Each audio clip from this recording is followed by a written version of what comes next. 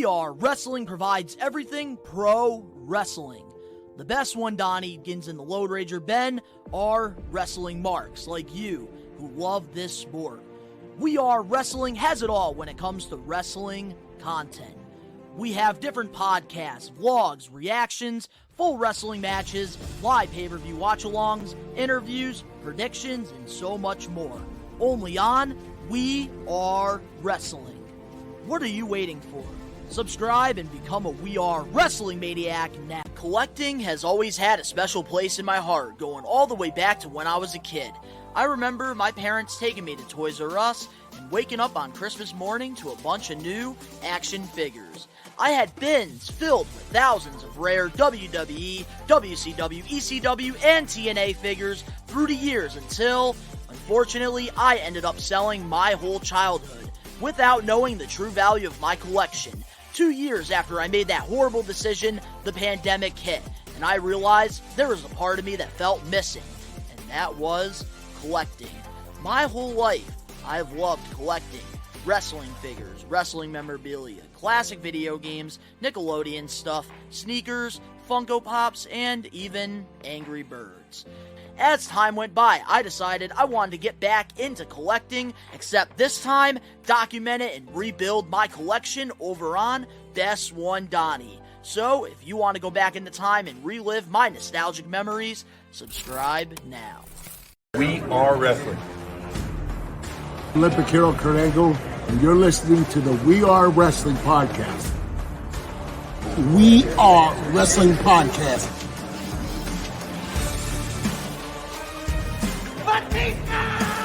Let's flip and go.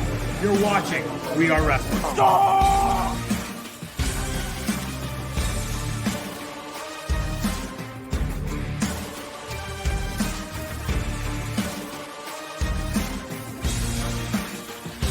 I'm the host with the most. You are by far the least intelligent. What is going on? We Are Wrestling Maniacs. Ben here, one half of the We Are Wrestling podcast. We Are Wrestling Podcast. Make sure to subscribe, baby. And We are wrestling.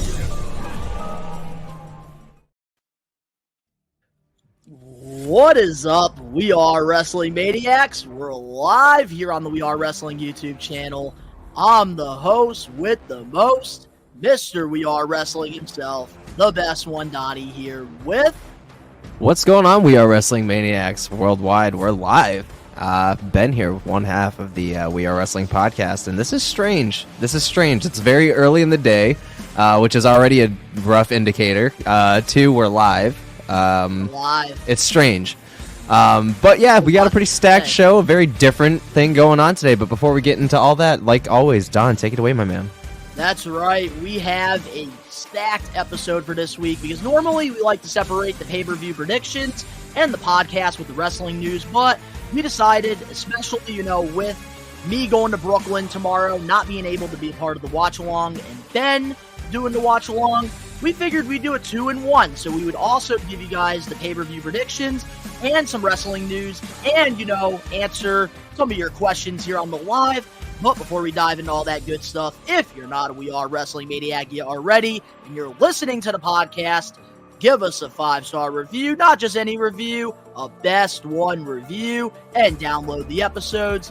But if you haven't checked out the We Are Wrestling YouTube channel yet, and you're not a part of the thousands of subscribers, we recommend you to hit that subscribe button now, turn on the post notifications, videos be coming out of nowhere like an RKO, and of course you already know the grind is real. Oh God, that hits different now, knowing that he's coming back tomorrow. That hits so different now. Literally, Randy Orton is going to be hitting RKOs out of nowhere inside the War Games. How excited are you for Survivor Series, Ben? I am pretty fucking stoked, man. I gotta say, I'm really, really excited for it. It's one of the big 5, so it's a massive event. The Undertaker debuted there. I'm pretty sure The Rock did too, right? Or somewhere around the time. Rock did in 1996. Yeah. So it's a staple pay-per-view, and it's always exciting. We were at the last one in Boston live, so I mean, I don't see a lot of disappointment, especially with, other rumors circulating that may be or may not be happening that could add to the show and to the whole and shake the wrestling world. I'm really, really excited about it, man. How excited are you about the turnout, hopefully tomorrow? I am super excited. I am so pissed off that I double booked myself for tomorrow because in case, you guys have been hiding under a rock, Donnie's an asshole. Myself. I didn't realize that Survivor Series was tomorrow. So earlier this month, the boys and I, who are, into basketball, they're Miami Heat fans. I'm a Brooklyn Nets fan, and we decided to get tickets for the Nets versus Miami Heat game. And yeah, I kind of left Ben dry in the desert alone, deserted on an island. It's all good. We'll carry the live streams. It's all good. Yeah, so guys, tomorrow on the We Are Wrestling YouTube channel, Ben will be live watching Survivor Series War Games with a potential special guest. I don't know if it's 100% confirmed yet. Not sure yet, but Ben will be find here out. 100%, guys, for Survivor Series watch along. It's gonna be a fun one. How was your Thanksgiving? My Thanksgiving, interesting because I didn't know I was going anywhere until the night before. So it was just kind of like a spare of the moment thing. And if anybody who doesn't know me personally, I'm a cat dude, and this is going to play on into the story here in a second. So my girlfriend's sister invited us over for Thanksgiving because she was cooking, and mind you, she's not known for cooking at all. So like I'm already sus about the whole fucking thing. Two, she's like, yeah, my dad's gonna be sleeping anyways because he's got to work, for the night shift because he has like shifts at the hospital and all that shit. And I'm like, okay, cool. So we go over, and she has this very large dog, and he's just the happiest motherfucker I've ever seen in my entire life. But dude was literally up my balls the entire fucking time. I honestly don't know. I honestly don't know. It's like a lab of some sort. It's like I don't know. It's like a boxer, maybe. I don't fucking know. But he's a pretty big fucking dog. And just would not leave me the fuck alone. And dude, mind you, I get dog allergies now when it used to be the opposite. I used to die from cats and it switched. But yeah, anyways, very, very eventful Thanksgiving, and I almost fell asleep at the table. You ate good, my friend. Hell yeah, man. Hell yeah. How was your Thanksgiving? It was pretty good. It was a good time, catching up with the family, obviously ate good and just had a great time. It's always good being with the fam. Always. Hell yeah, man. And, guys, I want to let all the We Are Wrestling Maniacs know that ever since, 7 o'clock this morning, I have been on the go because where, we live, or wherever all you guys live, Black Friday's a thing, and I went to this wrestling store, M&J's Collectibles, which I do have a toy hunt video over on the Best One Donnie channel. It's my most popular, viewed video. So I went back there, I revisited, 50% off of figures, and whoo, got a dude lot had the of gems. haul. And I will show off one of the figures for you guys here on the live, here on the podcast. And we got this really cool CM Punk SummerSlam basic with the pink figure. This was the Summer of Punk. And I got this for a really good deal. How much did you get it for? Expose it right now. All right, I will expose No balls. it. No balls. I only paid $35. And for that's 50% off. Figure, yep, that's 50% off of CM Punk. You'd be surprised how much CM Punk figures go for, man. Fuck. Fuck. Jesus. All I gotta say then is don't get yourself into wrestling figure collecting. I will never sell my soul to that kind of shit. I am the prime example of it. Nope. Already not really much of a materialistic dude as it is. The last thing I need is a fucking physical addiction to something, and that is not that's not happening. Welcome to my life. Yeah, as I'm scoping your entire background, that's just like a fifth of it.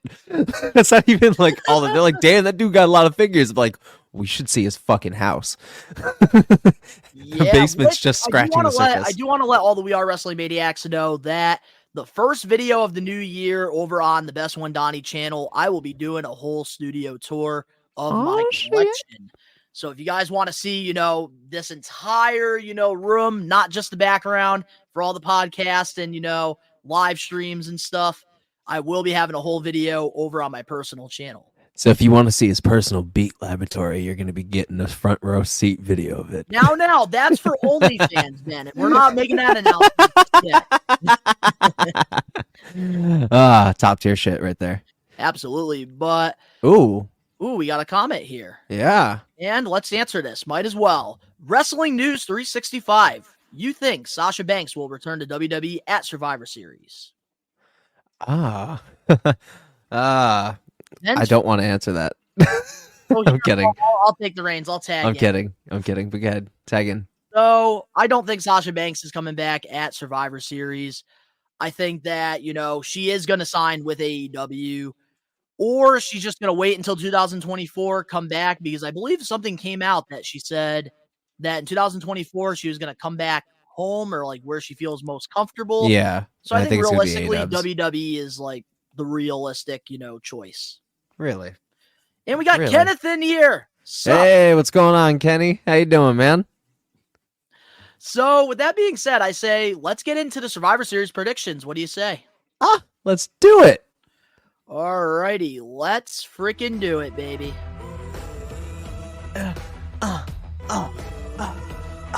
So with the Survivor Series predictions, we do want to let all the We Are Wrestling Maniacs know that tomorrow Ben will be live here on the We Are Wrestling YouTube channel watching War Games. And I do got to ask you first, is What CM Punk going to be returning tomorrow, do you think? Yes or no? In full honesty, I don't care. Oh, perfect music. That was like a perfect time. I don't care. But it's not like in this, like the carelessness. I don't care. I don't care in the fact of it's already a stacked show. Punk is definitely more likely to return to WWE than Mercedes. Absolutely, Tyler. I will. Sup, Fire King. Sup, Justin. I will say it's already a stacked show. We already got a lot of cool shit happening. Randy's return is planned, but what's not planned is CM Punk's return. However, You don't think it's going to happen? no, I'm not saying that. I'm saying that there's a possibility. I'm not getting hyped for it. We've talked about this in the last podcast. I'm not going to get hyped up for it because I'm not going to look for disappointment, because they're straight up saying no. There's no such thing as never in wrestling business in general. However, if it does happen, that just adds to it, and that just makes shit interesting, and everybody's Raw is going to pop the fuck off if he ends up going to Raw. If he ends up going to Raw, the viewership is going to fucking... I think oh my Fox god! is going to cancel their WWE deal immediately. Yeah. Because they got to deal with Roman Reigns, who only shows up a quarter of the year. You know that for a fact he's probably going to SmackDown because they're gonna fucking put him in a program with Roman. If that's the case. Imagine this. I man. don't. Your shit. first draft pick is Roman Reigns, and he hasn't even wrestled on an episode of SmackDown. I know, man. But Team regardless Raw of is the fact, it is. But regardless of the fact, if it happens, cool. And Fire King here. Also, happy belated 26th birthday, Donnie. November 8th was your birthday, wasn't it? Absolutely, man. That's my birthday. And believe it or not, Ben's birthday is coming up right around the corner. Yeah, right here on Wednesday, November 29th. I'll be 28. Old as fuck. Next week's episode of the podcast, Ben will be a year older. He'll be 28 years old. Yeah. So with CM Punk returning, here's my thoughts on it. I don't see it happening. CM Punk's not returning. You don't at think the so? Survivor Series. Everybody is just getting their hopes up.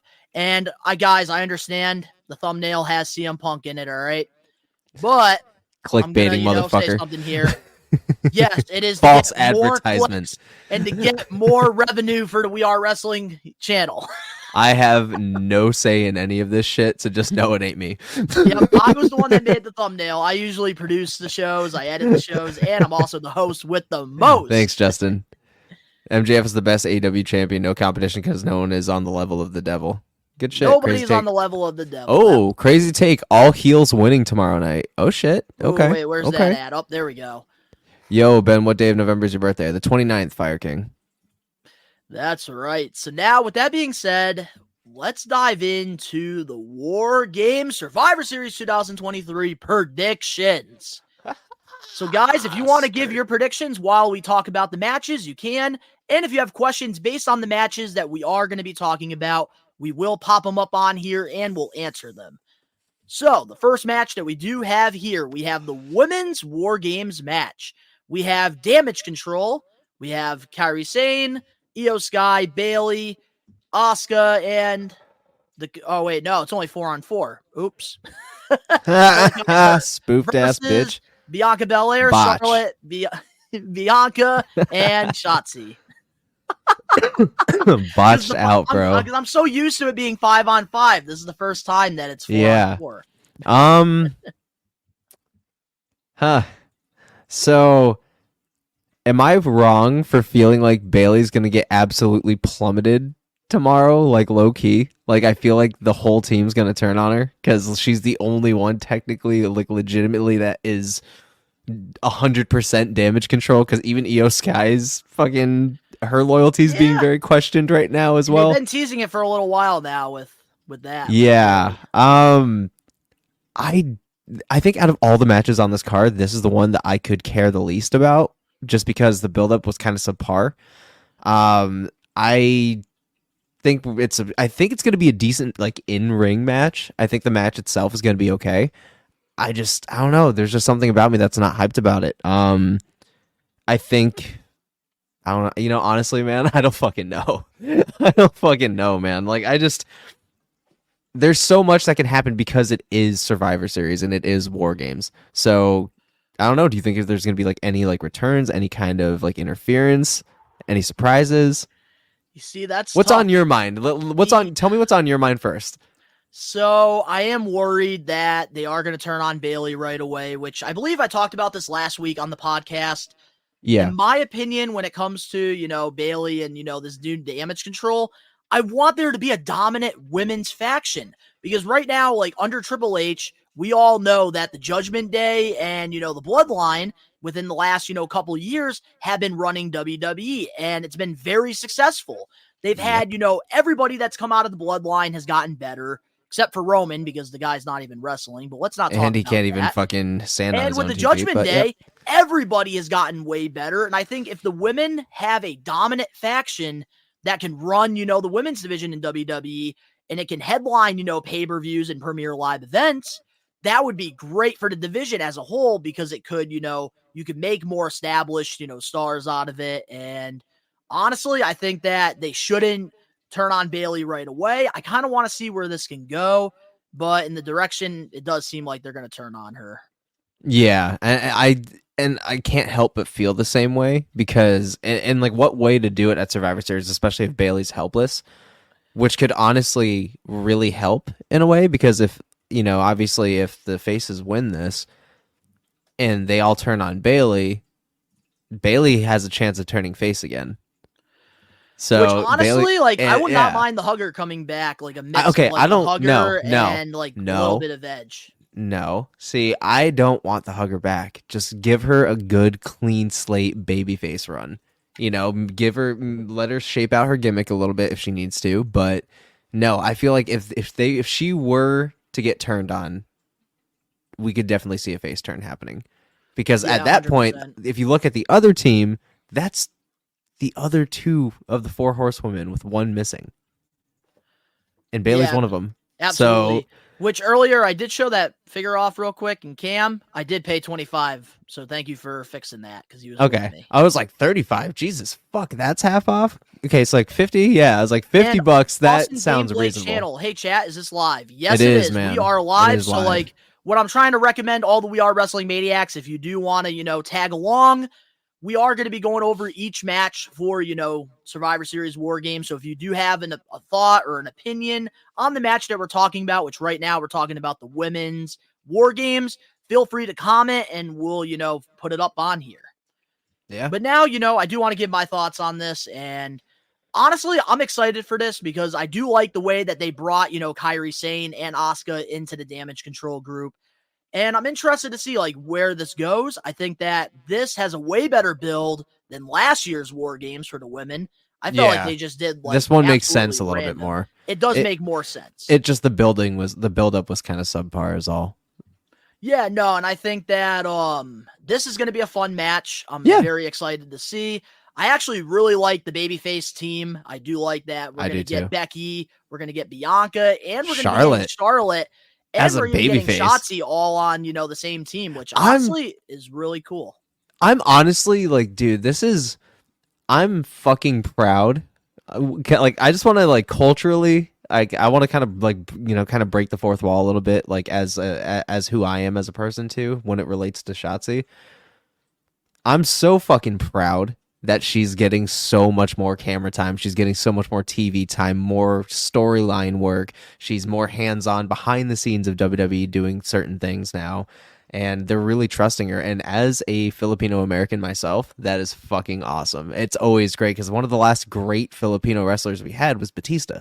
So, like the fact that she's starting to really come out more and starting to really put in more in, really being able to show herself and to really be a part of these big fucking matches, man. That makes me so fucking happy. And it's a really proud Are we experience. talking about Shotzi, right? Yeah, she's Filipino. Oh, wow, that's Yeah. awesome. Yeah, so I'm like, and the fact that, At least she's actually going to be like competing Yeah. this time and not getting squashed by Ronda Rousey. yes. And Remember, we she's- all left her in that match. and with how her real life storyline bled into what they were able to do without, bringing any kind of like offensive nature into it. And then, also making it really genius and having her really run with it. It's made it so much more interesting and just really brought out these layers of Shotzi that she finally gets to tell a story to the world. And with the personal tragedies that she's gone through, they've really trusted her and given her an outlet to really get that out. And it's turning out to be beautiful, man. And I'm really, I agree, really, and I think what they need to hyped. do, and I say this all the time with a lot of these Triple H girls and guys, they just need to be on TV consistently every week, and then that's how they can become established. With Shotzi, it seems like they put her on TV for like one Premier Live event, and then she sits out for another one, and that's not going to help her with momentum through time. Yeah, I feel man. like. And she deserves to be on TV consistently. Hell yeah, dude. And she's really starting to get comfortable, and you can see it, like she's really starting to get more comfortable on the main roster. Commented here, I think Kyrie will betrayed Bailey because she was the one to get her hurt. Yeah. No, dude, they've been boiling this for a while, man. Absolutely. Absolutely. Right on the nail. That's exactly how I feel. 100%. Absolutely. And we'll answer this one, even though it's not, the match that we're talking about. Justin, do you guys think Jay will receive an RKO tomorrow since the Bloodline took Randy out of action? Do not answer that. You got to wait until we get to that match, the main event. Damn. Well, who is that? Justin Murphy. Justin Murphy. Yeah. I will put a star there, though. Yes. in Put a case he star doesn't there. re-comment. Absolutely. But we will definitely answer that because, That's a very important question to the main event. Yes. Absolutely. Absolutely. I give you a lot see of credit, Justin. I do give you a lot of credit for trying to get the answer right now, but we do have to milk it a little bit. Oh, yeah, man. You got to let it cook, man. This is WWE we're who do we talking have about. winning this match, Ben? I'm going to go with the sake of storyline. If we were talking about what we were talking about, I'm going to say the faces. But I can also see damage control and some kind of interference and some kind of, some shit, but I'm going to go with the faces, and my gut's really leaning towards that storyline we were cooking up. So I'm going to go with that. I think realistically, Bailey's going to get turned on. Mhm. Damage control. They'll probably just leave the cage somehow. Probably get off the cage, and then Bailey will be left alone. All the baby faces will hit their finishers on her. 1, 2, 3. I think that, Bailey's gonna Bianca, be seen as the Becky, weak link. Charlotte, they haven't won anything big lately anyways, so they need this big win. So I feel like they're going to, end up winning this. Yeah. I agree. Alrighty. Well, moving on now to the next match here. We have a singles match. Carlito versus Santos Escobar. Man, I'm so excited for this match. Because, if anybody, who knows, I wasn't really a huge fan of Santos Escobar at first, but, after seeing him in the ring, seeing, the slow build-up to him turning back heel and, betraying the LWO and Rey Mysterio, I thought it was brilliant. I think I spit in the face of people who don't know how to be cool. Got this on Black Friday. Hell yeah, $3. I just want to say though, Santos Escobar is really killing this heel turn, and he really believes that what he did was what he had to do. And It's really cool. It's really, really cool. And the fact that, like, he openly left the brass knuckles out there for Logan Paul. And, like, I caught that shit immediately. And the fact that Carlito, as a veteran, is here now to put over Santos Escobar is going to be great. And I think the matchup's going to be incredible. We're going to see a lot of nostalgia in the ring, and the build for this has been fucking phenomenal. Like, I have nothing bad to say about it. And it's really, and they've been really building Santos. I do want to say something, a did you know fact. What? So, did you know Carlito, his last singles pay-per-view match was Unforgiven 2007 against Triple H? Yes. That is absolutely nuts, man. That is fucking nuts. 2007. Yeah, because after that he was in a tag team. What is for a that, while, like 15 right? years? Yeah. And 18, he 19, was 20, 21, 22. damn. Yeah. That is 16 years he hasn't had a dude. singles match. Yeah, it's fucking And nuts because honestly, he got before he This got is a match released. that makes sense, which Yeah, I love it. but before he got released, he was ended up being in like tag teams and shit. He wasn't really doing single shit like that. He got fucking I forgot who his tag team partner was in like Was the early it Primo? 2010s. Primo, yeah, he was with Primo for fucking ever. So I don't know. Yeah. 16 years is a long time. You know the deal. Carlito should play the John Cena role at this point and put over young talent. Absolutely, that's why he's back, and that's why they turned his agree with that. That's why they changed his fucking theme song, which is a fucking phenomenal flame. And I missed his theme song when he was this. Oh my god, shut up! Oh my god, dude. Oh, I love annoying you with the theme song thing. God. I know you take your music very serious. I fucking do. And I'm damn proud of it. And you should be, because you have a lot of subscribers over on your music channel. So my thoughts on, Carlito and Santos. Honestly, I'm very excited for this. This makes so much sense. This is one of the matches that I'm really looking forward to the most on this card. I think that, bringing Carlito back, I'm glad they waited until the right time. And this makes perfect sense. Santos, I loved what they did with him. Pretty much, they tried doing the heel thing on the main roster at first with him. It wasn't working because NXT and the main roster, there's a difference between both crowds. You have the casuals and you have the diehards. And the diehards are over on NXT. Two completely different shows. Oh, yeah. And then, putting Santos with Rey Mysterio, having him turn face and having him become established by being on TV every week with the most popular luchador, Rey Mysterio, was a brilliant booking decision. Because we all know, if you watch NXT, Santos is way better off as a heel. And, now they picked the perfect time to, have Santos cost Rey the title and pretty much, start this feud. We might be getting LWO versus Legado, which, honestly, I really look forward to that. Hell fucking yeah, dude. And our buddy John even said too that he would love to see Angel Garza and Humberto join Santos. Legado de Fantasma. Yep. Yeah, that'd be fucking great. Against LWO.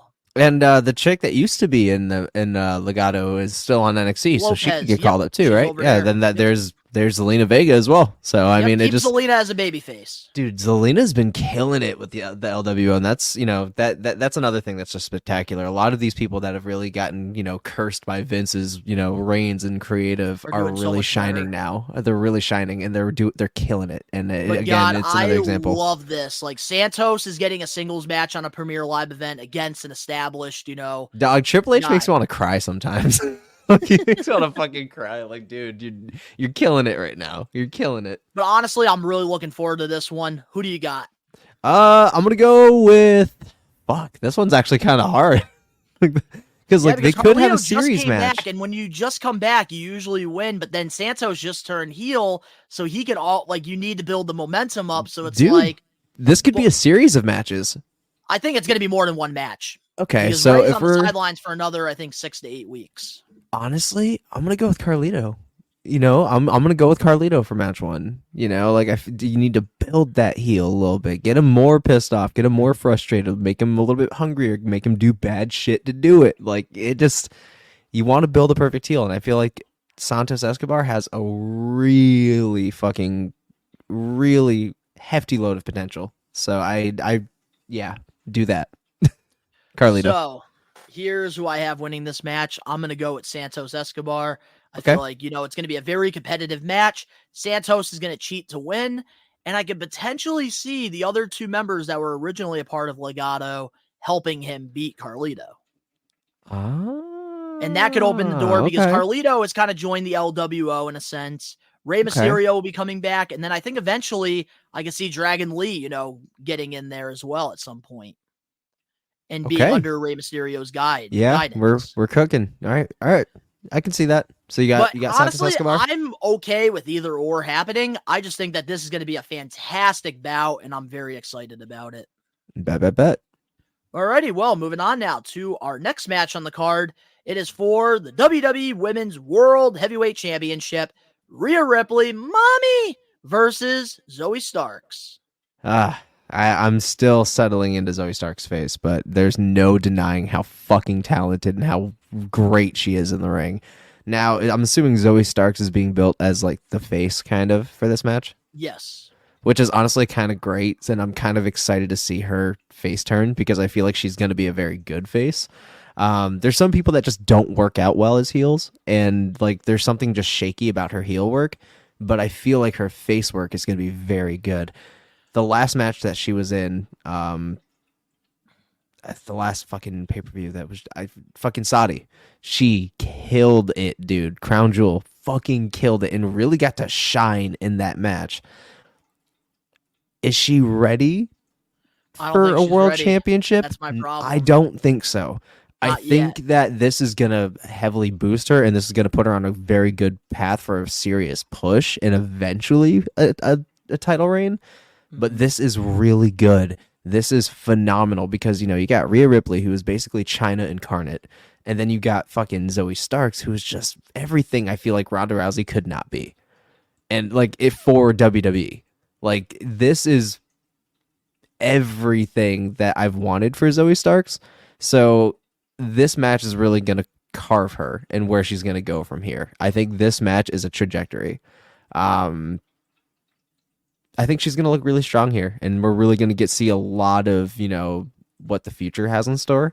They're really going to let her shine, and I think she's going to have like the strong end of things for the first majority of the match, and then obviously Judgment Day interference, just a fucking whim win, a bullshit win, unclean win.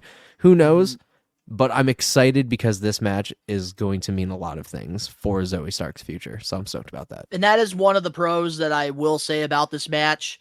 I think that, Zoe Starks, she, is very fantastic. I think she has a bright future in the women's division in WWE.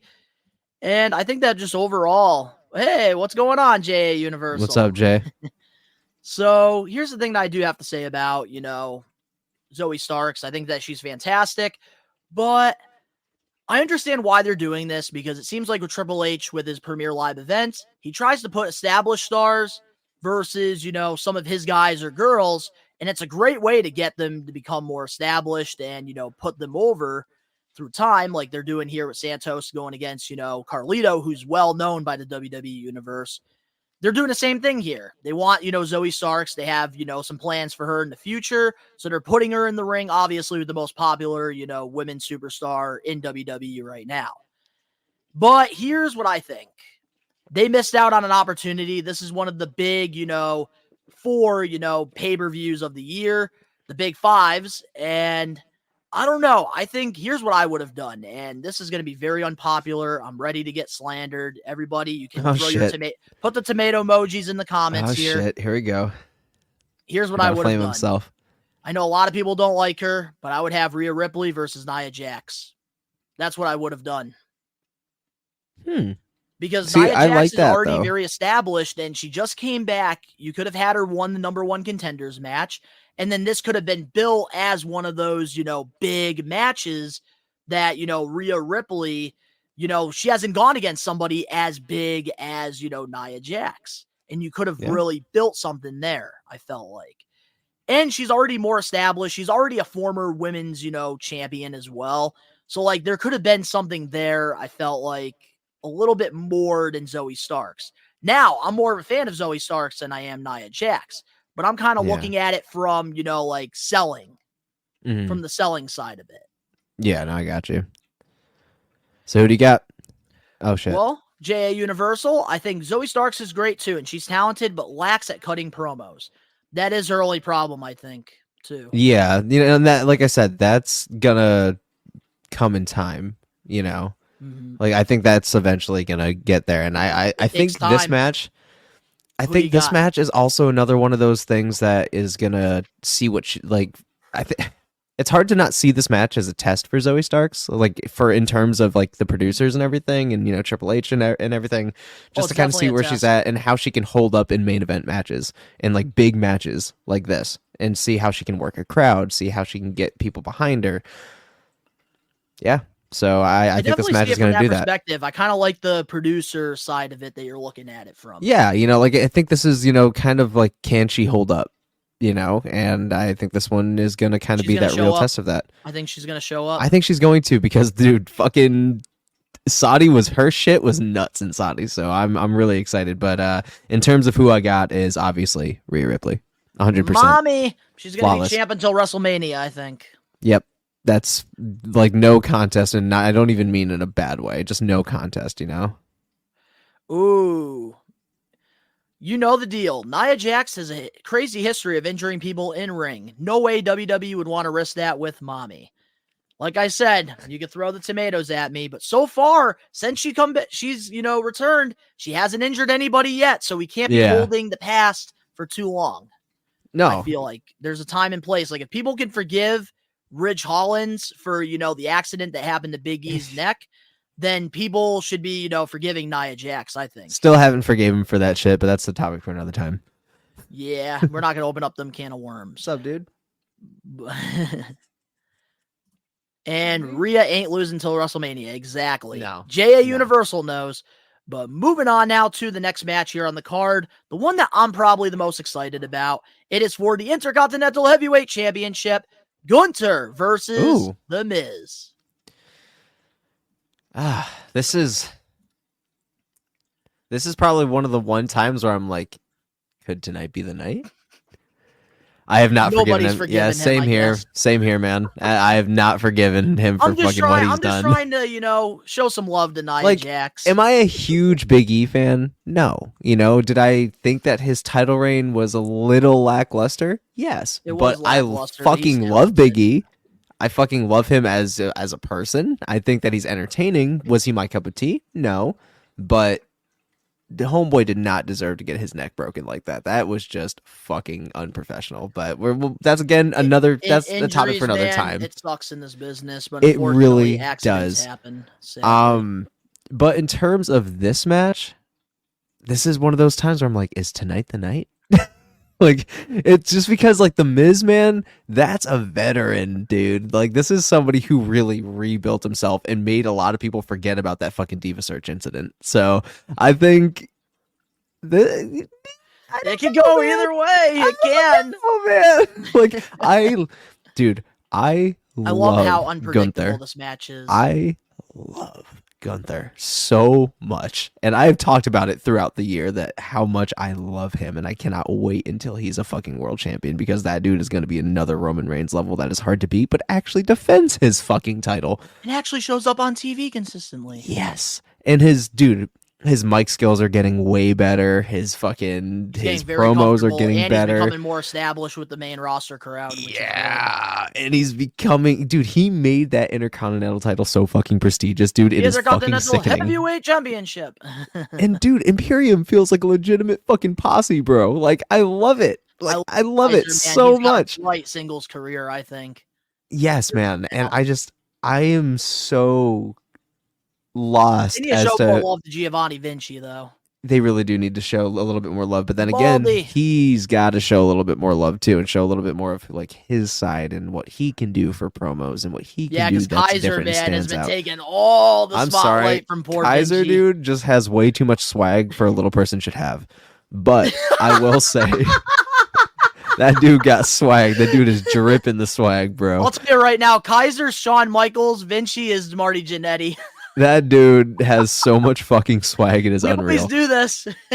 Kaiser is better than Vinci, but we don't have a graphic to show you for this episode. Yeah, nah, because we're still stuck on the Jay's better than Jimmy movement. But fuck? I don't know, man.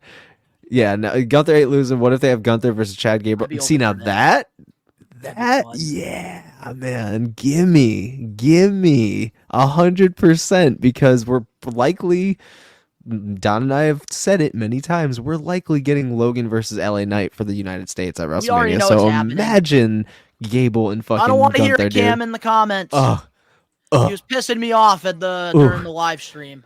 Yeah, dude, I'm gonna say 100%. I'm gonna have to go with Gunther, though. I have to agree. It's gonna be Gunther. He's gonna take it back, But I think Miz is really gonna fucking shine in this match, dude. And I'm so excited he's a babyface again for the first time in years.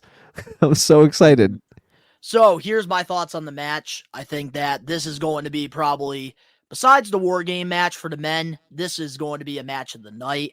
I think that a lot of people, really doubt the Miz still, which I don't understand why. He has a Hall of Fame accolade career. Even though, the last, few years, two-time fucking Grand Slam run has been a little bit, stale. It hasn't really been the best. This is where it picks up, though. But now him as a babyface, it feels so refreshing. It really does. Honestly, it's so good to see him get his flowers, such a great match, because both guys that are in this, they understand the business. And honestly, Gunther, I have him retaining the championship. No way. It's so fucking unreal how good Gunther has always been. And the fact that he's like chiseling out and really taking it. Gable in the 30 man. That'd be great for Raw, honestly. Dude, Jay, don't even fucking get me started. That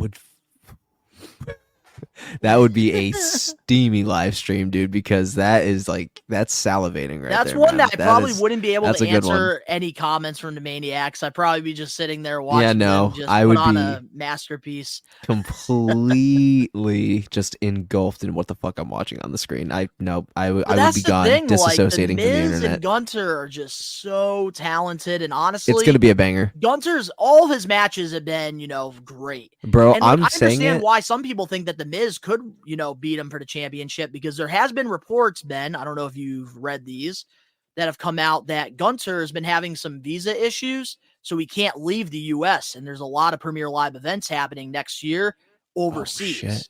And Gunther can't go out there, so if he's the champion, there isn't going to be no Intercontinental title matches.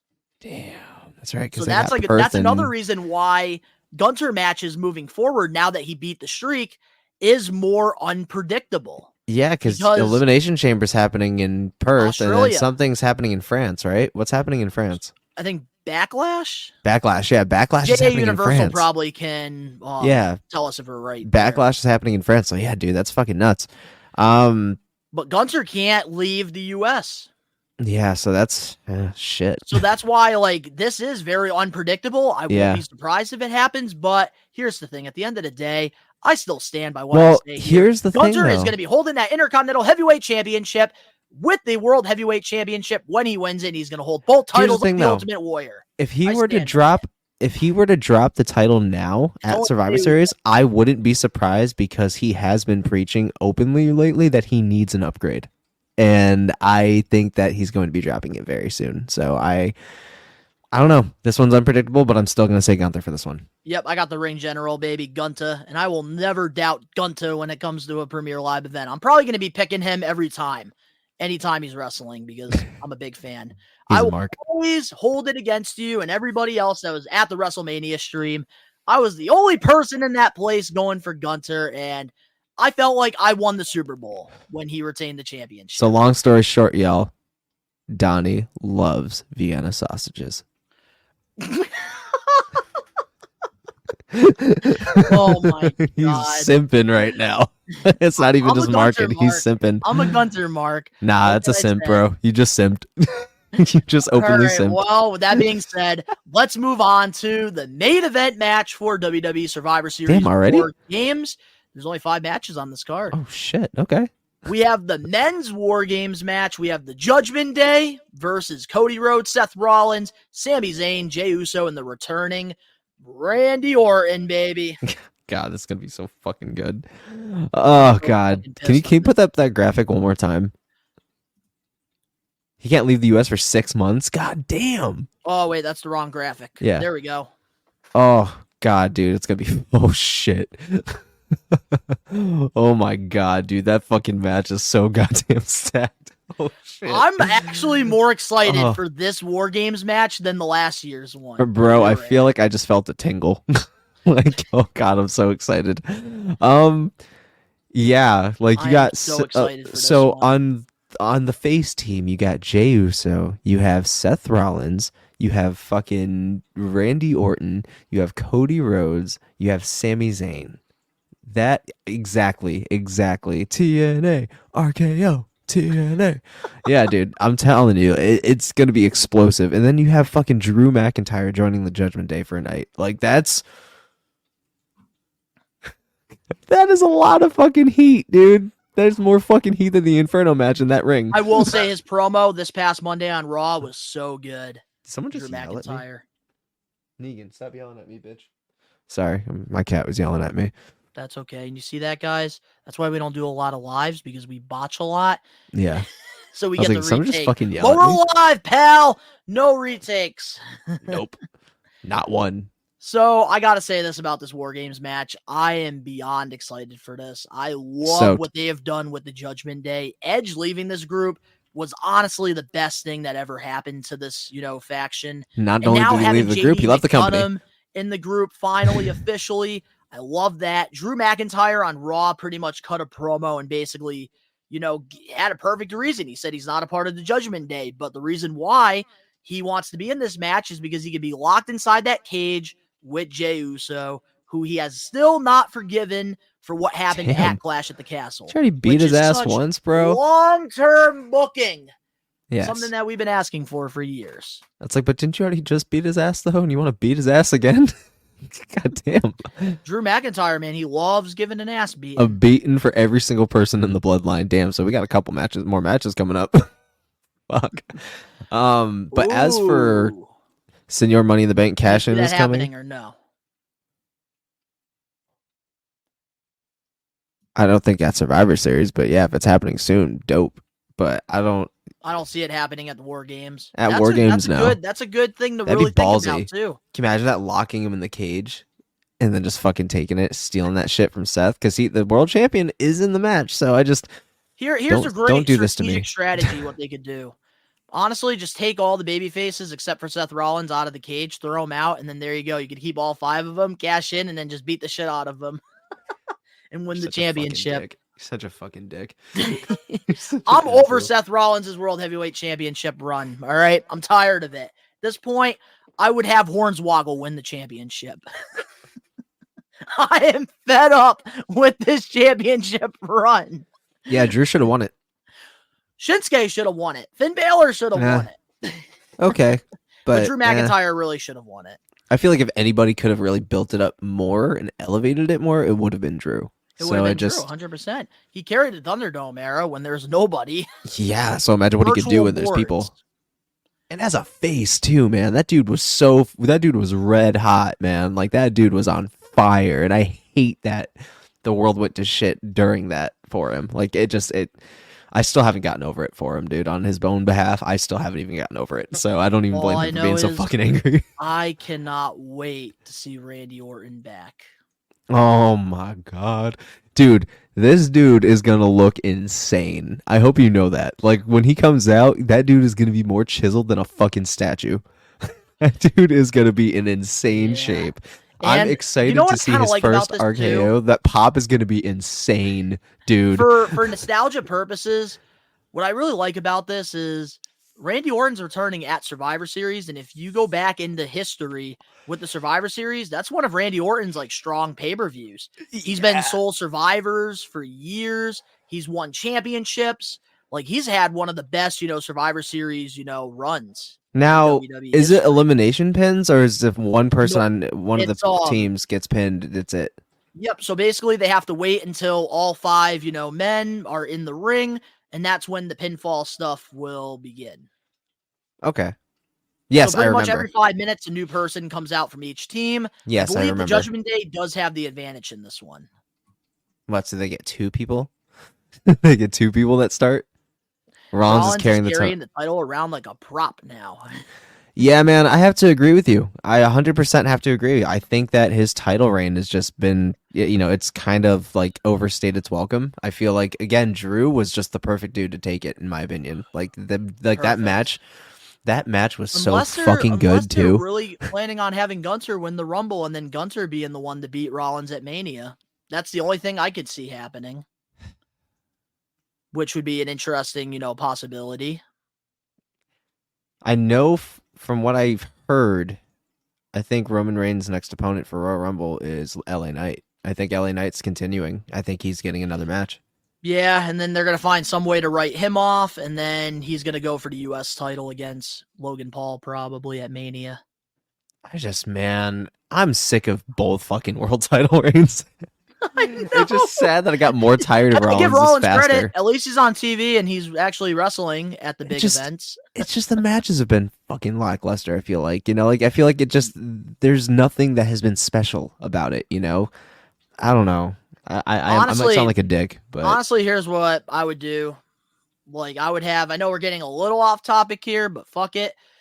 I have Gunther winning the Royal Rumble, and honestly, I would have him keep the Intercontinental Championship, and I would have a champion versus champion match. Gunther versus Seth Rollins. Gunther beats Seth Rollins at Mania, holds both titles like I've been wanting, and then the next night on Raw, he can vacate the Intercontinental title, and we could do some tournament with a lot of, the standouts. Like, I would love to see Chad Gable in the tournament. I would love to see, like, Jey Uso in the tournament, because maybe this could be a great way to get him in tournaments, bro. Well, that's the best way, man. Stand by tournaments, bro. Or we just do a ladder match at, like, Backlash. We put the fucking title up in a ladder with a bunch of great people. Miss fucking ladder matches, so please. I'll take a ladder match over the tournament. I like that idea. God, I feel like if a ladder match was announced, I would probably fucking cry. I would probably cry if there was a ladder match. The Bloodline storyline. I agree with JA here, man. Oh, 100%. But now getting back into the War Games match, now we should answer this question here before we give our winner, which I did star this. So Justin Murphy, we're going to finally answer your question if you're still here. Do you guys think Jay will receive an RKO tomorrow since the Bloodline took Randy out of action? Absolutely, right after the match. Absolutely. Alrighty. And I think that'll be Randy's first feud, actually, right after. I think that might be his first feud, but it's also going to put over Jey Uso. I think Jey Uso is really getting bred now to be a world champion eventually, a little bit longer down the line. So I don't know. I think we got some shit cooking up. So I think so. So here's what I think is going to happen. So answering that question, I think that Randy Orton is going to hit an RKO on Jay, but the person that he's going to hit that RKO on, Cody Rhodes. I think we're going to get Cody versus Randy at Rumble. Really? I think that this is the next feud for Cody Rhodes. I think it's going to be him versus Randy. Okay. Because they have that history with Legacy, and I think that Randy's going to, become a heel. Okay. I don't know. That's just a wild take. That's my wild take. I feel like that'll hurt Cody in a way, though, because everybody's going to be so hyped on Randy's return. They're going to be like, fucking destroy him. Fuck his story. So I don't want that for him, Yeah, I don't want that either. And that's how you're going to do it. Because everybody's going to be way too hyped to fucking boo him. His story. Bro. Everybody is going to be way too fucking hyped to boo him. So they're going to be like, oh, fuck his story. Oh, my God. Oh, shit. It's true. That's hilarious. It's fucking true. It's so true. But I do want... Actually keep Randy as a babyface until Mania. When Cody wins the titles, there you go. The first feud could be Randy. He hits the RKO the night after Mania. Yeah, that's better. So here we go. We do got some questions here that we can answer.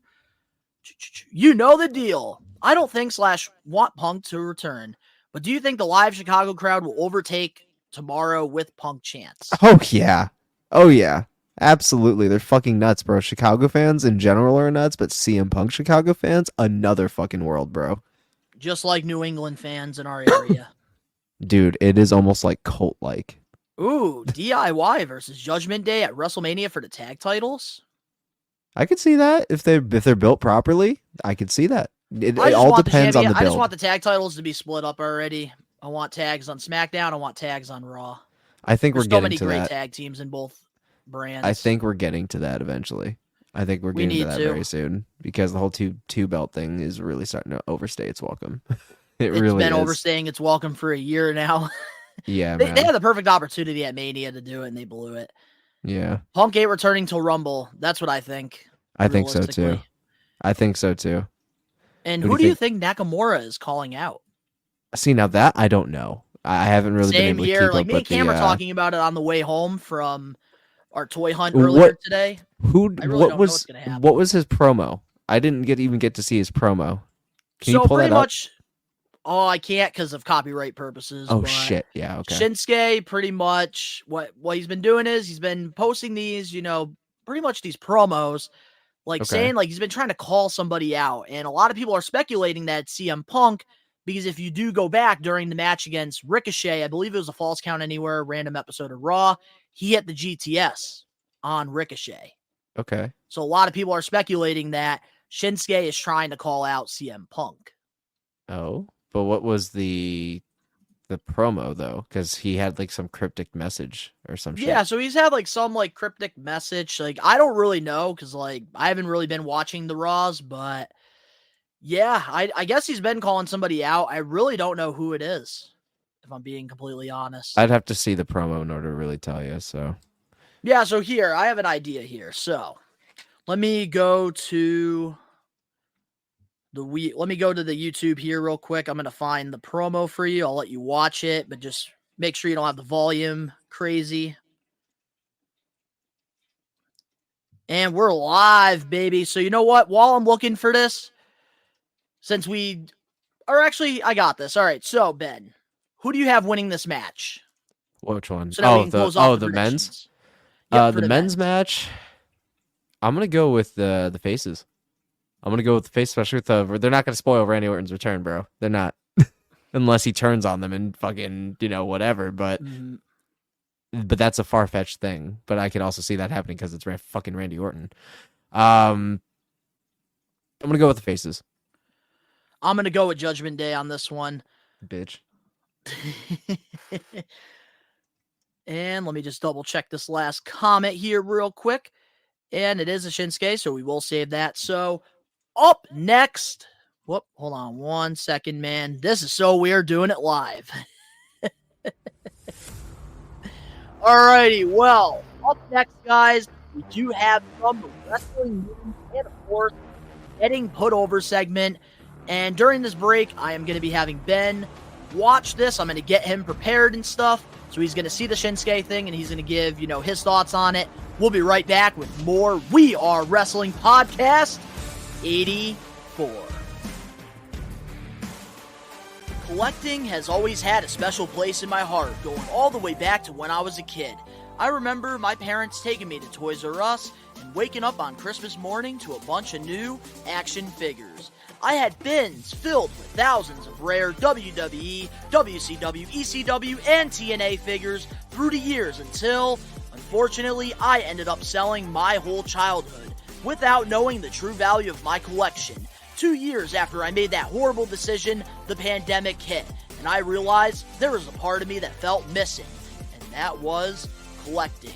My whole life, I've loved collecting wrestling figures, wrestling memorabilia, classic video games, Nickelodeon stuff, sneakers, Funko Pops, and even Angry Birds. As time went by, I decided I wanted to get back into collecting, except this time, document it and rebuild my collection over on Best One Donnie. So, if you want to go back into time and relive my nostalgic memories, subscribe now.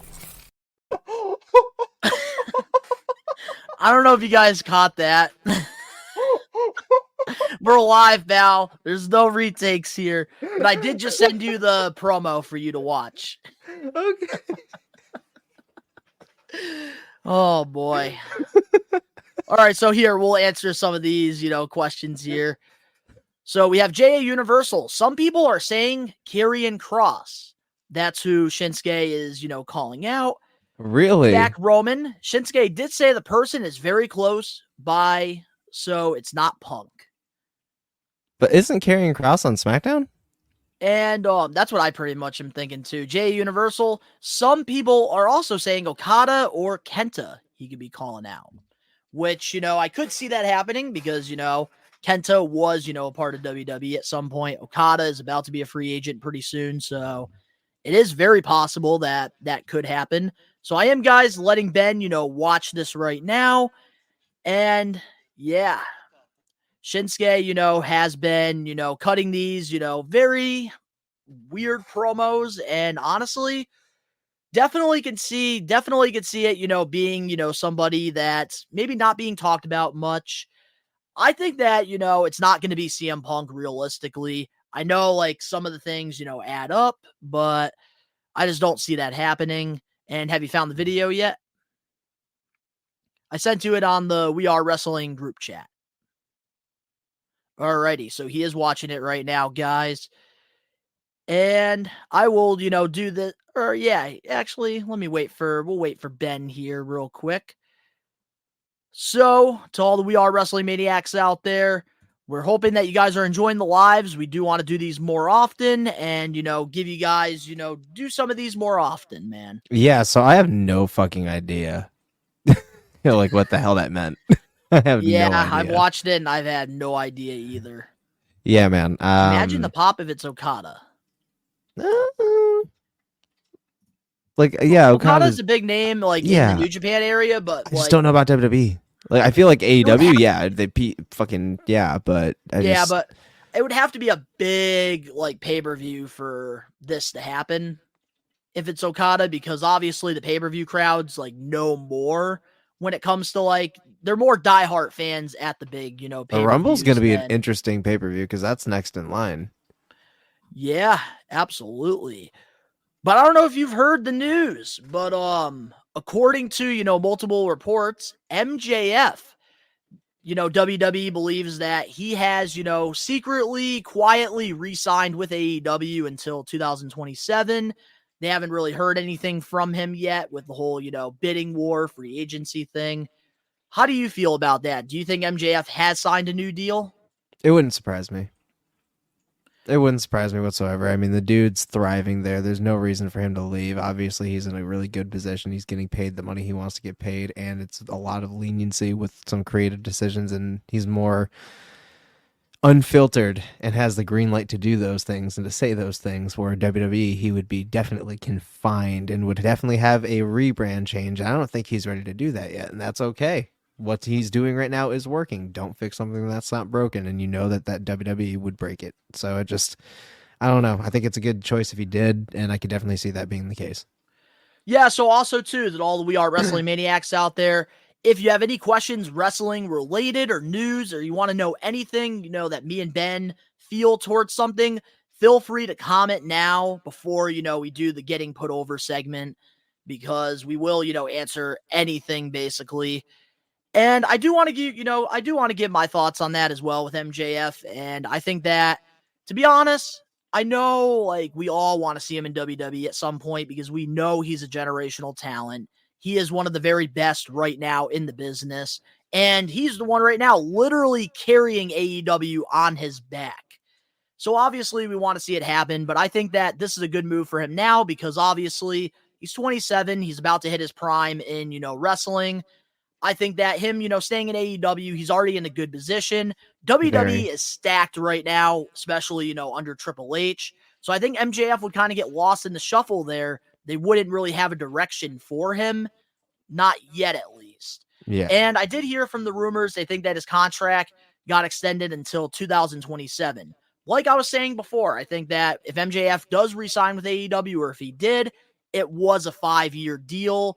Because I think that he's getting some big fucking money in this deal. I think he's getting Hulk Hogan type money because he's literally right now the face of, AEW basically. Mm-hmm. I believe it. And I think what's going to happen, AEW's World End on Wednesday, it was announced that Samoa Joe will be fighting MJF for the championship. Hey, let's go. And I think what's going to happen realistically with that is I think MJF's going to get screwed by the devil. And I think the devil will reveal itself, and MJF will be off of TV for a few months to kind of tease the whole bidding war thing. Yeah, he'll He'll return. make his Big pop. return probably at like Revolution or something. Maybe. Yeah, he can give some time off for a little bit. It's crazy because we're going to be there, so I'm excited for that. Yeah, so to all the We Are Wrestling Maniacs, I don't even know if we like even said anything about shit. this, but hey, it's fine. We're live, man, so we might as well share this news. Let's go. Ben and I, we decided that we're going to be going to AEW's World's End December 30th in the most magical place in the world, Long Island, New York, baby. And it's going to be a great time. And, you know, Ben and I, we've been busting our asses here on the We Are Wrestling, you know, channel for this past year, grinding, doing all the pay-per-view predictions, doing a podcast, which I think for the first time this year, we didn't miss a week. Yeah. And this year we decided that, we want to go to AEW's World's End because we don't know if the MJF thing is true or not. This could potentially be his last AEW show that he wrestles at. And I hope that's not the case. I hope that, these reports are true. And I think that AEW, they need MJF because if he leaves, the ship's going to sink. Bad. Yeah, that's bad. And I just see it in 2027 when his contract's up this time around. Then he's going to go to WWE, and they're going to have something for him, I think. Oh, yeah. Alrighty, well, we got a couple things here. Let's see. Jack Roman. I don't think so. Tony Khan wouldn't be able to keep his mouth shut. Plus, MJF in the title is not even list all who would be at All In the UK. Well, obviously, Jack, they're not going to show him with, the UK because they want you to believe that he's leaving AEW. Which I think that's the whole storyline that they're going to do at World's End. I think Samoa Joe is going to win the championship, and I think that they're going to try to tease it like MJF is actually gone, so that when he comes back, he gets that massive pop. And then they'll probably update the whole poster thing by then. Let's see here. JA Universal, are you going to do a watch-along for TNA Hard to Kill? Yes, I will be doing a live watch along for that. I don't know if Ben's going to come and watch it with me, but I do want to give TNA a shot, and I think that I'm going to, watch Hard to Kill. Hey, it's definitely possible. And Jay Universal, man, he's still here, baby. Do you think Deonna Purrazzo is going to go back to WWE after her TNA contract is up, or will she resign? I could see that. Extend the women's division. Yeah, honestly, I could see her going back to WWE because seeing that, Chelsea Green is back in WWE, one of her best friends, and they were, tag team champions over in Impact. I could definitely see Deonna going back now that Triple H is running things. I feel like he would, actually use her properly. And I could see her, showing up in the Women's Royal Rumble, probably. Oh, yeah. Alrighty, well, we got no more questions or anything, so might as well play the music here. Every week on the We Are Wrestling podcast, we do this thing called Getting Put Over segment, where once or every other week, Ben and I, we alternate. We pick a superstar that's past, present, or future, and we put them over. Last week, Ben wanted to put over the wrestler Chris Benoit, and this week, we are going to be putting over another ruthless aggression guy. Season 1 Tough Enough winner, Maven, who right now is, doing a lot of really awesome YouTube videos and stuff. Oh, he's killing it on the YouTube game right now, man. Dude's killing it. Absolutely, man. So, when it comes to Maven, I do got to ask you, what was one of your favorite, moments from, Maven in his career? The iconic Undertaker elimination. Yes, that was the picture here, man. That was an insane fucking moment because nobody saw that shit coming. Nobody. Imagine the people in the live audience that lost their fucking mind, bro. Undertaker he did the got drop eliminated. kick and then Undertaker got out, which, man, going back to that moment right there, which I do have to pull it up again, so iconic. Him, eliminating the Undertaker and just getting that massive pop. And then I remember Undertaker throwing him out and then carrying him in the crowd, beating the crap out of him in one of the suites. Yep. And then he put his freaking bloody head in the popcorn. Mm-hmm. It was Oh, shit that was was different, great. man. Wrestling was built different back then. It was. That was honestly one of my favorite What a time to be moments with alive. Maven, definitely. But it's crazy because Maven has had, a really underrated successful career during his time with the WWE, which I do highly recommend. If you guys, are a fan of Maven, go to his YouTube channel. He's doing some amazing content, and I definitely want to, put that over as well in this because the videos that he's doing are all real and authentic. He's pretty much, Mhm. sharing real stories, answering real questions that a lot of former, WWE superstars wouldn't answer. And he's really opening up that door. And I've learned a lot from, watching his videos. He's very real, he's very honest, and he's been through a lot of shit too, Yeah. which, he talks about in his videos. But with Maven, obviously, he's was the very first winner of Tough Enough Season 1 when he had the bushy eyebrows there. Jesus. And Caterpillars. he had a run with WWE, I believe, until 2005.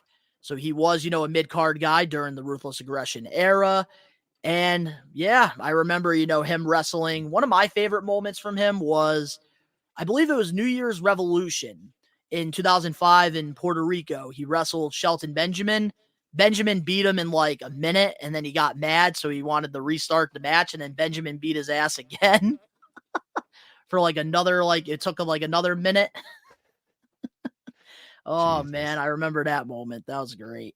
That And was then a fucking also- another lifetime ago, man. And I will say, some of my favorite matches with Maven, I really loved the work that he did with Triple H. That was Mhm. one of them. Because I remember around the time they were doing this general manager thing where they would have a wrestler be a GM for the time being. I think when Eric Bischoff was on vacation or something. So then they were able to book the show, and then Maven as the general manager booked, him versus Triple H for the World Heavyweight Championship. And then, Survivor Series came up. He got attacked by Snitsky, and he was actually one of, the big surprises at that time. Fucking Snitsky. I don't know if you remember that. No, From dude. Survivor I don't think- Series, I think it's 2004. It was the Okay, so Raw yeah, no. Survivor Series. No, I wasn't watching at that time. So pretty That much was, what during happened that was period. he got attacked earlier in the night by Snitsky, and then he came back because he was supposed to be in the Survivor Series match for Team Raw, and Okay. he was one of the sole survivors during that. Oh, shit. Yeah. So with Maven, have you checked out any of his YouTube stuff? Oh, absolutely. I love hearing his his road stories and everything, and him denying another return to WWE and how he kind of low-key regretted it. There's Yeah. a lot of stuff in there. The dude is definitely one of the most transparent people on in terms of the wrestling business that really gives you an inside feel to what it's like on the road, what his stories were what certain key moments of post matches and what went down there, and it's really, really cool. It's really, really cool to hear about someone's long-standing career, even if it's very brief in the world, you know. Yeah. And honestly, Maven, with his YouTube channel, I do got to ask you, what is one of the stories that does stand out to you that he shared, or videos that you really enjoyed? Probably the one I just mentioned. Why he why he ended up denying the contract and why he regretted it. Just because it's interesting, because there's always what if scenarios, and you always think about what could have happened, and what the angle would have been, what the first feud would have been coming back, and it's interesting because then you get the fantasy booking aspect of things going. So I would have to go with that. Yeah, and one of my favorite videos was the difference between working on Raw and working on SmackDown. I thought that was a really cool breakdown video because See, even something like that, that's something it people was cool always because wonder. he was talking about the revenue side of it, working on a live show like Raw, and then the difference between that and working on SmackDown, Where it which was taped. SmackDown was more relaxed, vibes backstage because it was obviously taped. Raw was live; it was more chaotic. So Yeah. he talked about the differences there, and I And who really was enjoyed. I really producing enjoyed is also that. another big thing, Yeah, which Maven, it sucks that like his career, did fall off a little bit short. And like he talks about it a lot in his stories with John Laurinaitis, how Laurinaitis would always tell him to, go into the ring and, get his reps in, but like Maven felt like he didn't need to. And that was one of his biggest regrets. Shit. Which, Maven did have a pretty underrated career, though, and at least he wasn't one of those tough enough winners that didn't do anything in WWE. Yeah. Daniel Buter. Daniel Buter. Sorry. Andy Kaufman. Or Andy Kaufman. Jesus, that's a fucking old school comedian. No, okay. Andy Kaufman. Jesus. I was talking about the winner in 2011 Tough Enough. Yeah, Anybody dude, want to get his name in the comments? Yeah, I don't know. I don't remember his name. His name was Andy, and then he didn't really do anything. Just a guy named Andy. He's probably the kid in Toy Story. But yeah, that is the Getting Put Over segment this week. We covered WWE Superstar, Over Superstar, Maven. And, this was my pick this week. And there really wasn't much to talk about because obviously he did have a pretty short, run. I don't even know why I picked him to be over. Probably because I've been a mark with his YouTube stuff. But then, are we going to get a clue on your pick for next week's Getting Put Over segment for 85? Yes. Or are you gonna just spoil it for the 7 people watching live right now? Yeah. So next week we're gonna be putting over Eddie Guerrero. All right, this I could get behind. I'm excited. Yep, Eddie Guerrero. I love it. Absolutely. Yep, that's who's next, guys. So Absolutely. We Are Wrestling 85. We Are Wrestling 85. So technically we're live here, and we don't really have like topics that are just all over the place. We're pretty much just playing it, ear by ear with the Maniacs, with, you guys commenting and stuff. And obviously, we already gave our predictions for WWE Survivor Series and talked about the MJF stuff, which was pretty much the agenda. But, yeah, I do got to say this as well to Ben. And I got to ask you, because I know you didn't watch, AEW Full Gear. Yeah. But I don't know if you did, check, because I did send you a thing in the We Are Wrestling group chat about Hangman and Swerve. Have you seen anything of that? Like clips? I have not seen the match, but I know it was fucking brutal. And from what you quoted, that it was one of the best matches you've ever seen. So I was like, okay, yeah, I might pull that up on the big screen here in a little bit and check that out. So I'm interested. I'm definitely interested because obviously, as everybody knows, AEW is definitely more of the old school side of things. But yeah, Ben, I'm really. So that's really going to be your homework, man, for this week, for next week's episode. You need to check out that match, and I want to get your honest thoughts because I've been listening to everybody about this. Rene Dupree's reaction was, "What the fuck?" And Jim Cornette, he lost his shit. Yeah, I know. He fucking Jim Cornette hates everything, including himself. So including himself. Yeah, I'm pretty fucking sure, man. Was someone that unfucking happy? Yeah, I'm pretty sure. Oh, Jim Cornette, man. Jimmy. Horny Cornette. Yep. Oh, here we go. We got Justin Murphy back in here. That 2004 Survivor Series, each number of the winning team was GM for the night.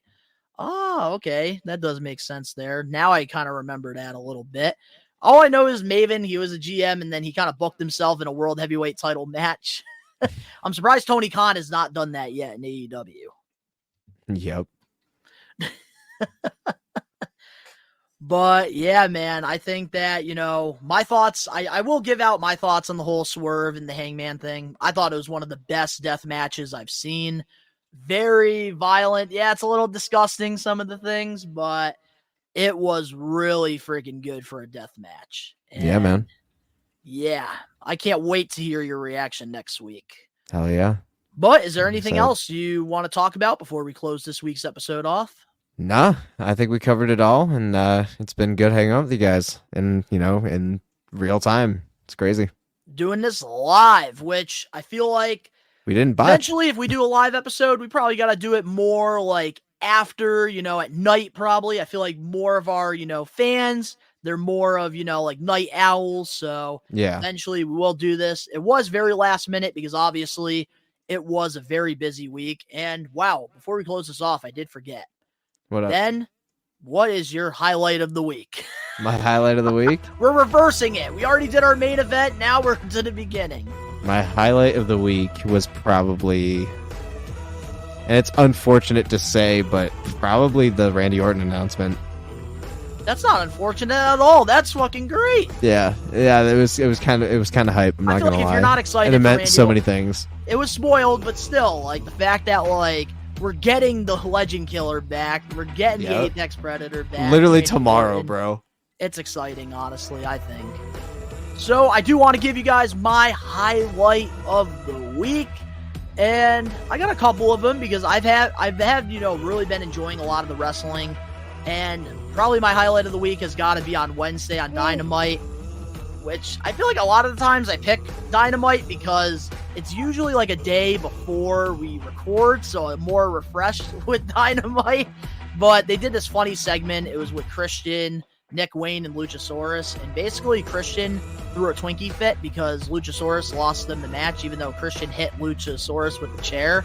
And pretty much blamed him, so he had Luchasaurus go on his knees and apologize. And he changed his name to Kill Switch. So now that's his new name. And Nick Wayne got the new nickname, The Prodigy. And his mother came out to try to protect him. And Christian basically... Luchasaurus tried to stick up for the mother. And Christian pushed Luchasaurus into the mother. And she fell down. And then... yeah, Christian was about to do a concerto to his fucking mother. To Nick Wayne's mother. And Nick Wayne just boy an orphan. And Wayne sat there. And then basically what happened was Edge came out and did a concerto to Nick Wayne for letting his mother almost get killed. Hell yeah. That was my highlight of the week. Yeah, that's a good highlight. I'm about to watch that too. You definitely have to, Ben. It's hilarious. Like, Nick Wayne reminds me of like a Dirty Dom, except like a little bit more. It's more funnier because they're actually using his mother. He's like one of those kids that like doesn't listen to like his mother. Shit, yeah. Treats her like shit. He's like, he's pretty much like one of those kids that's like, Mom, you're embarrassing me. But to all the We Are Wrestling Maniacs, let us know in the comment section below your thoughts on all the things that we talked about, especially the Survivor Series predictions. We want to hear it down below.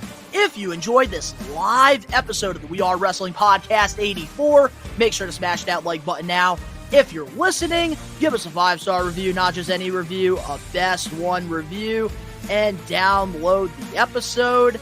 And J.A. Universal, Nick Wayne's mom got it going on. Yes, the fuck she do, boy. Yes, the fuck she do. Loves those MILFs. And if you're not a We Are Wrestling Maniac yet already, you haven't checked out the YouTube channel, hit that subscribe button now, turn on the post notifications. Anything can happen on these lives here, but tomorrow, then we'll be live here on the We Are Wrestling YouTube channel for WWE Survivor Series 2023 War Games. Man. It's gonna be nuts. CM Punk be back and ruin a big reaction for me because I will not be on the stream. Ben will be, and Ben is probably hoping for CM Punk so that I regret my decision going out to Brooklyn. Cops Part 2. Let's go. The link's down in the description below. You can go follow Ben and I over on our social medias and other YouTube pages. Ben, he does music reactions. I do toy hunts and, toy reviews. All the links down below. And, of course, all the We Are Wrestling Maniacs out there worldwide, we are taking over. Peace. Dude.